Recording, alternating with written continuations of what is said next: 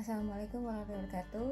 Saya dari kelompok 2 yang beranggotakan saya sendiri Anika Khalifah, Ari Dewanto, dan Rilin Dwi Lestiana. Di sini saya akan menyampaikan pertemuan yang ke-14 yaitu tentang innovative work behavior. Pengertian dari innovative work behavior organisasi itu diantaranya ada perilaku individu, kelompok, dan organisasi. Dalam perspektif psikologi organisasi, aktivitas-aktivitas tersebut dinamakan innovative work behavior atau perilaku inovatif menurut Jensen 2000. Innovative work behavior terdapat pada perilaku organisasi yang terdapat pada level sistem organisasi dan masuk pada budaya organisasi. Konsep inovasi dikenal secara luas sebagai tujuan utama kegiatan ekonomi. Oleh karena itu, inovasi telah menjadi instrumen utama untuk mencapai dan melestarikan keunggulan daya saing. Menurut Sutrisno, innovative behavior menunjukkan penciptaan yang disengaja, pengenalan dan penerapan ide-ide baru yang menguntungkan kinerja peran, kelompok atau organisasi. Innovative work behavior adalah seperangkat perilaku yang dibutuhkan untuk mengembangkan peluncuran dan menerapkan ide-ide dengan tujuan untuk meningkatkan kinerja pribadi maupun organisasi.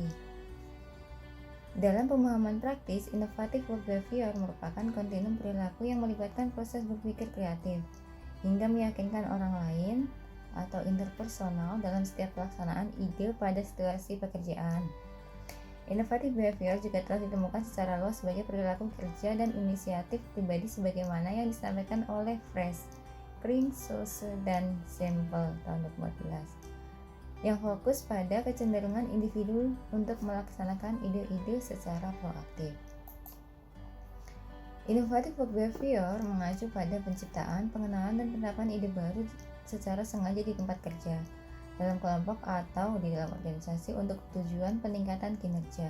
Demikian juga, ini adalah proses multitahap di mana individu menghadapi masalah dan kemudian menghasilkan ide yang mengarah ke solusi untuk masalah spesifik dengan inovasi dan dukungan yang dibutuhkan dari tenaga kerja. Oleh karena itu, innovative work behavior dapat didefinisikan sebagai temuan, saran, dan implementasi karyawan tentang tugas-tugas terkait pekerjaan yang bermanfaat bagi kinerja organisasi. Menurut Yuan dan Woodman 2010 dikatakan bahwa innovative work behavior adalah keinginan anggota organisasi untuk memperkenalkan, mengajukan serta mengaplikasikan ide-ide produk, proses serta prosedur baru ke dalam pekerjaannya, unit kerja atau bahkan organisasi tempat bekerja. Yuan dan Woodman tahun 2010 memberikan contoh innovative work behavior bisa berupa menemukan teknologi baru, memberikan saran mengenai cara yang baru untuk mencapai tujuan yang telah ditetapkan, mengaplikasikan metode kerja yang baru, serta mengimplementasikan dan mengamankan sumber daya untuk mengimplementasikan ide-ide baru. Bahwa innovative behavior sebagai suatu perilaku yang kompleks yang terdiri dari aktivitas-aktivitas yang berhubungan dengan memperkenalkan atau menghasilkan ide-ide baru serta mengimplementasi atau realisasi dari ide-ide baru tersebut. Menurut Yuan dan Woodman 2010, inovasi sering kali dihubungkan dengan perspektif efisiensi, di mana terdapat asumsi bahwa organisasi membuat suatu keputusan yang rasional dalam mengadopsi inovasi untuk memaksimumkan tingkat efisiensinya. Nama saya Ririn Dewi Lestiana. Saya mau meneruskan apa yang telah dibahas oleh Mbak Ani tentang cyberlocking dan perilaku inovatif. Ada dimensi cyberlocking. Menurut Blanchard dan Finley dari tahun 2008, membagi cyberlocking ini secara berjenjang dilihat dari intensitas perilakunya. Dikategorikan menjadi dua, yaitu ada mindless cyberlocking dan yang kedua itu ada serious cyberlocking. Dan mindless cyberlocking ini tipe pegawai terlibat dalam berbagai bentuk perilaku penggunaan internet umum yang tidak berkaitan dengan pekerjaan. Sedangkan serious cyberlocking ini yaitu tipe pegawai terlibat dalam berbagai bentuk perilaku penggunaan internet yang bersifat lebih berbahaya karena bersifat melanggar norma instansi dan berpotensi ilegal. Menurut Dorn tahun 2011 menyatakan bahwa cyberloafing memiliki struktur multidimensi melalui studi yang dilakukan untuk definisi dan dimensi cyberloafing dengan penggunaan internet di lingkungan kerja. Dalam konteks ini, Dorn pada tahun 2011 itu telah menjelaskan 4 perilaku cyberloafing yang berbeda dalam studinya. 4 perilaku cyberloafing ini adalah: yang pertama itu development behavior atau perilaku pengembangan. Perilaku perkembangan menganggap proses cyberloafing sebagai sumber potensial untuk belajar. Cyberloafing dari sudut pandang ini memberikan peningkatan keterampilan yang dapat digunakan dalam kegiatan di masa depan. Yang kedua itu ada recovery behavior atau perilaku pemulihan. Perilaku pemulihan memperhatikan kesehatan. Cyberloafing dapat mengurangi ketidaknyamanan dan memiliki efek positif. Yang ketiga ada deviant behavior atau kelakuan menyimpang. Perilaku menyimpang menganggap cyberloafing sebagai perilaku yang tidak diinginkan. Perilaku ini jelas menganggap cyberloafing sebagai perilaku dengan konsekuensi yang negatif, misalnya produktivitasnya itu menurun. Yang terakhir, yang keempat itu ada addiction behavior atau perilaku kecanduan.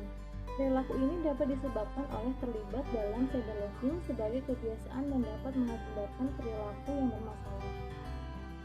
Faktor-faktor yang mempengaruhi cyberloafing itu menurut Ogler dan Pollard itu tahun 2012 terdapat 3 faktor munculnya perilaku cyberloafing, yaitu yang pertama, faktor individual berbagi atribut dalam diri individu tersebut antara lain persepsi dan sikap sifat pribadi yang meliputi shyness, loneliness, isolation, self-control, harga diri, dan locus of control.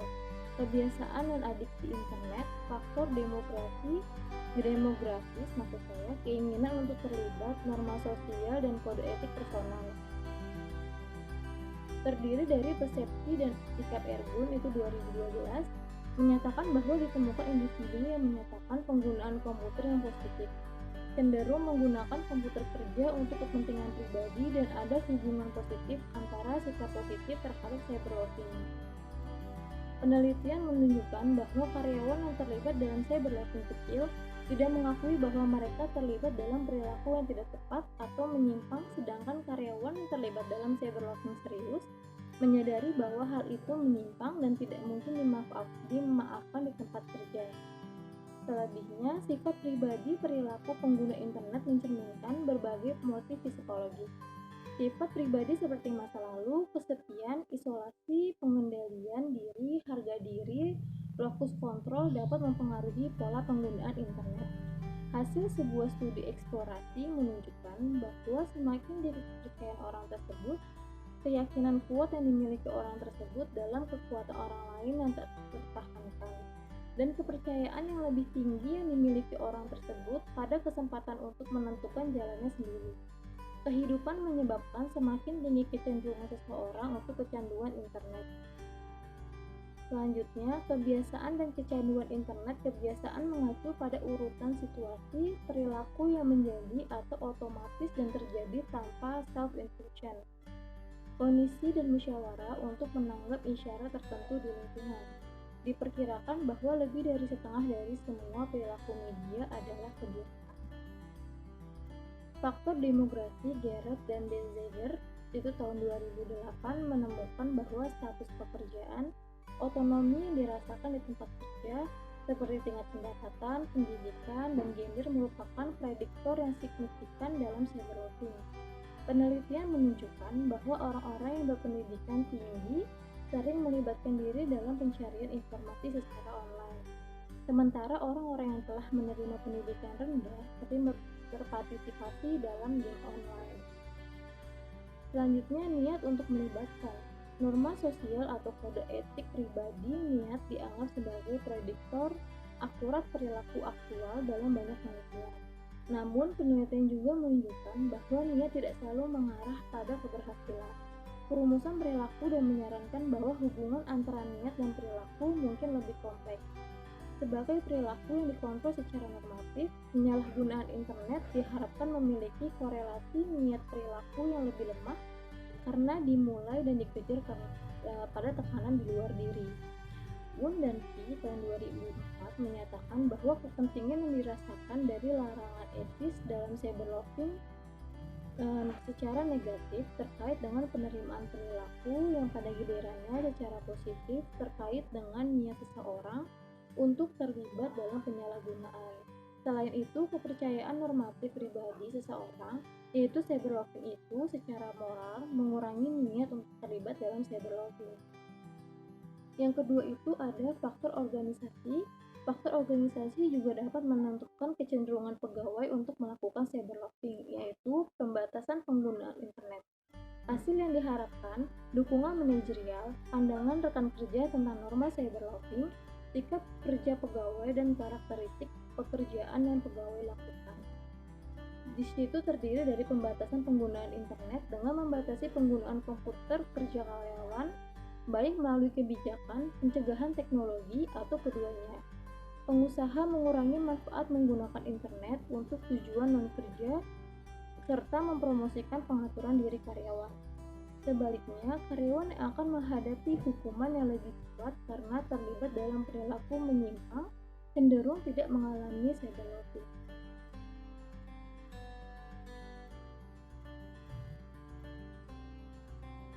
Kedua, hasil yang diharapkan disarankan agar keputusan untuk online sama bekerja untuk tujuan non-pekerjaan akan dibentuk oleh harapan bahwa perilaku tersebut dapat berhasil memenuhi kebutuhan individu dibandingkan dengan hambatan atau konsekuensi negatif. Garrett dan Denziger 2008, penelitian lain menemukan bahwa karyawan cenderung tidak terlibat dalam aktivitas cyberloving yang mereka anggap memiliki konsekuensi negatif yang serius bagi organisasi mereka dan melukai kepentingan pribadi mereka. Dukungan manajerial umum untuk penggunaan internet di tempat kerja tanpa menentukan bagaimana menggunakan internet cenderung meningkatkan bentuk penggunaan internet di antara karyawan baik untuk alasan bisnis ataupun pribadi. Dukungan ini dapat disalahartikan oleh karyawan sebagai pengesahan semua jenis penggunaan internet termasuk cyberloving. Penggunaan internet semakin rutin bagi karyawan. Karyawan cenderung cyberloving terutama karena penelitian telah menunjukkan bahwa kepercayaan tentang penggunaan teknologi dapat dipengaruhi oleh komitmen manajerial terhadap teknologi baru. Selanjutnya, pandangan rekan kerja tentang norma cyberloving. Penelitian menunjukkan bahwa norma rekan sejawat dan supervisor yang mendukung cyberloving berhubungan positif dengan cyberloving. Menurut Blau tahun 2006 menunjukkan bahwa karyawan melihat karyawan lain yang berpotensi menjadi role model mereka dalam organisasi cyberloving ini. Dan cyberloving ini dipelajari dari perilaku yang mereka lihat dari orang tersebut. Lim dan Theo tahun 2005 mengemukakan bahwa individu menggunakan IQ normatif sebagai penyesuaian untuk melakukan perilaku yang dilakukan rekannya.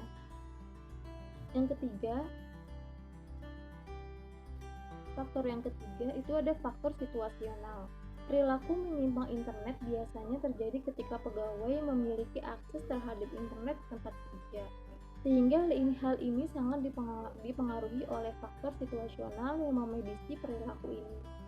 Salah satu faktor situasional adalah kedekatan jarak seperti jarak ruangan pegawai dengan atasan. Kedekatan jarak dengan atasan di kantor secara tidak langsung akan mempengaruhi cyberloving.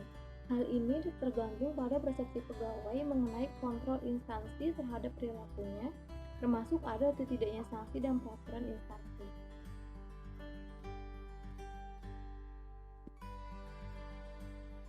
Hubungan antar variabel. Hubungan personality traits terhadap innovative work behavior. Penelitian sebelumnya menyatakan bahwa personality memiliki pengaruh kuat pada perilaku, sikap, dan kinerja di tempat kerja. Personality juga memainkan peran penting dalam memahami individual innovative behavior. Banyak penelitian telah menemukan hubungan antara personality traits dan innovative behavior.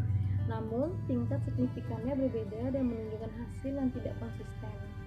Sebagai contoh, sebuah penelitian yang dilakukan di antara karyawan pariwisata bahari di Tiongkok menemukan bahwa agreeableness, extraversion, dan openness to experience terhadap karakter personality secara signifikan berkorelasi dengan ID generation idea promotion, dan idea implementation faktor dalam inovatif behavior. Sementara itu, dua personality traits lainnya yaitu conscientiousness dan neuroticism tidak signifikan terhadap inovatif behavior ini. Studi lain telah dilakukan untuk menyelidiki hubungan antara kepemimpinan kewirausahaan dan inovatif behavior. Efek moderasi dari openness to experience dan extraversion. Penelitian ini berusaha untuk menyelidiki pengaruh sifat kepribadian terhadap perilaku kerja yang inovatif.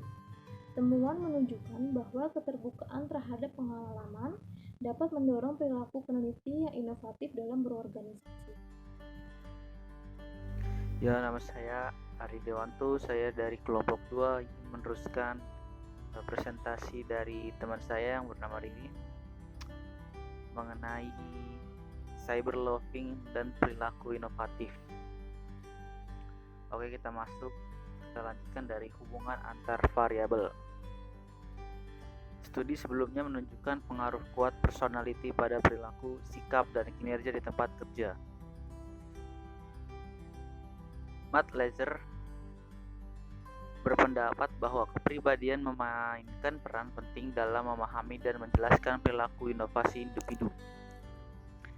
Peterson berpendapat bahwa penelitian inovasi telah mengeksplorasi berbagai sifat dan karakteristik pribadi yang memfasilitasi inovasi individu atau kelompok.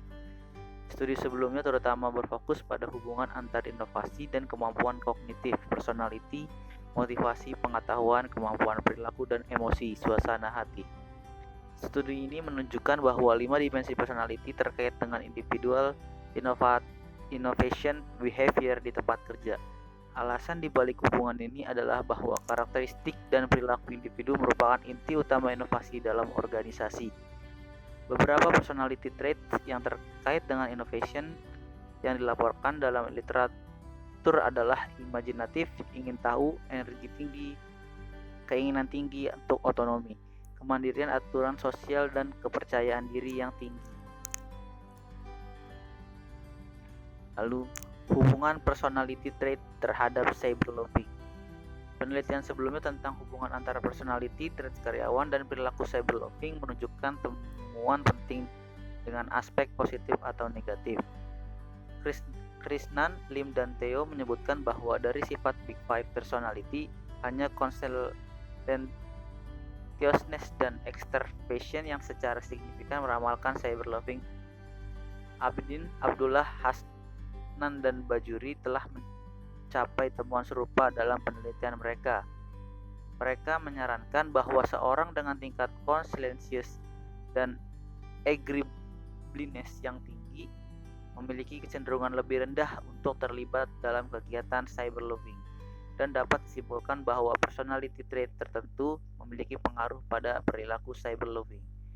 Menurut Lieberman, Sedman, Mikna, dan Bufardi, karakteristik organisasi dan cyber loving yang dirasakan dari rekan kerja seseorang dan dukungan manajerial untuk menggunakan internet secara positif terkait dengan cyber loving.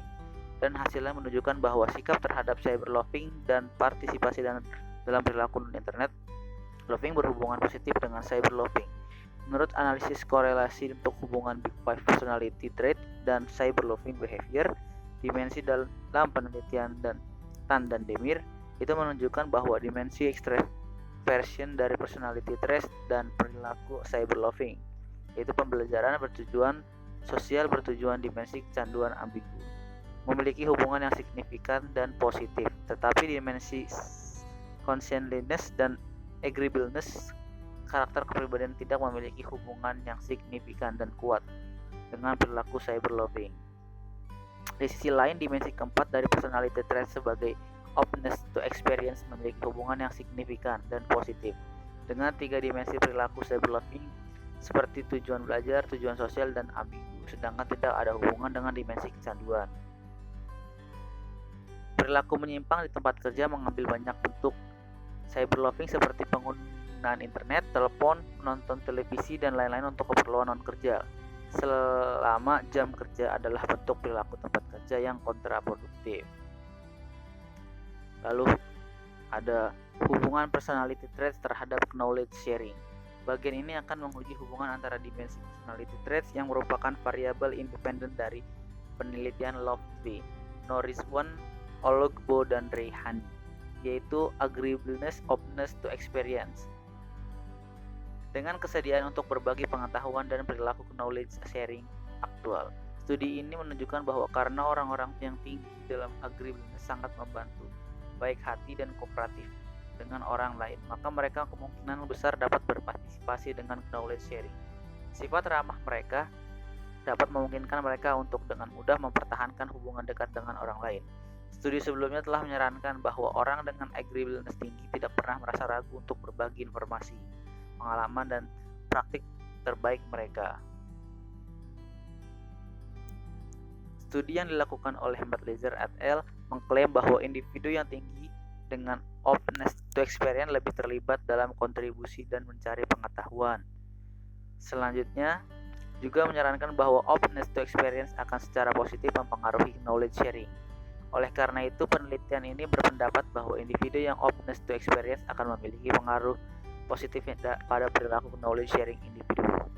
Studi yang dilakukan oleh Wang dan Yang menunjukkan tidak ada hubungan neuroticism, emotional stability, dan niat yang signifikan untuk knowledge sharing. Oleh karena itu, penelitian ini bahwa neuroticism dan atau emotional stability akan memiliki pengaruh negatif pada perilaku knowledge sharing individu. Lalu, penelitian ini berpendapat bahwa individu ekstrovert cenderung knowledge sharing karena sifatnya yang ramah dan ekspresif. Extravision akan memiliki pengaruh positif pada perilaku knowledge sharing individu. Studi sebelumnya telah menemukan konsensus untuk menjadi terkait dengan knowledge sharing. Studi yang ada dilakukan oleh Matt-Lazer et al.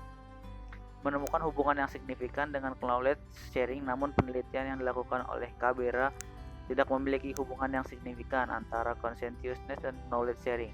Berdasarkan ini, penelitian ini berpendapat bahwa individu dengan conscientious tinggi akan lebih mungkin untuk knowledge sharing. Lalu ada hubungan cyberloving terhadap innovative work behavior. Dalam penelitian Derin dan Coates mencoba mengukur tingkat cyberloving dan innovative work behavior di karyawan Universitas İnönü Malatya atau Turki dan menguji hubungan variabel-variabel ini. Karena cyberloving diterima sebagai perilaku yang tidak diinginkan di tempat kerja. Questionnaire mungkin tidak melaporkan perilaku cyberloving mereka, tetapi metode survei masih merupakan salah satu metode yang paling valid untuk mengukur variabel-variabel ini. Karena cyberloving diterima sebagai perilaku yang tidak diinginkan di tempat kerja. Peserta kuesioner mungkin tidak melaporkan perilaku cyberloving mereka, tetapi metode survei masih merupakan salah satu metode yang paling valid untuk mengukur variabel-variabel ini. Sebagian besar literatur terkait berfokus pada efek negatif cyberloving dan jelas bahwa manajer harus mencoba mengurangi efek negatif cyberloving dengan menetapkan kebijakan yang mengandung pemantauan berkala atau melatih karyawan, karena kebanyakan dari mereka tidak mengetahui biaya dari cyberloving dan tidak berpikir mereka melakukan sesuatu yang salah. Ada penelitian yang mendukung hasil ini mengklaim bahwa ada hubungan positif antara sosial dan informasi cyberloving dengan innovative behavior. Menurut hasil ini, manajer harus mempertimbangkan cyberloving sebagai istirahat bagi karyawan yang berpikir inovatif dan menyadari bahwa mengukur jam kerja yang sebenarnya mungkin bukan ukuran yang tepat untuk produktivitas. Lalu ada hubungan knowledge sharing terhadap innovative work behavior. Banyak studi yang berkaitan dengan manajemen pengetahuan dan organisasi telah memperkuat konsep bahwa knowledge sharing sebagian besar diambil sebagai knowledge transfer dan intensitas knowledge sharing sebelumnya.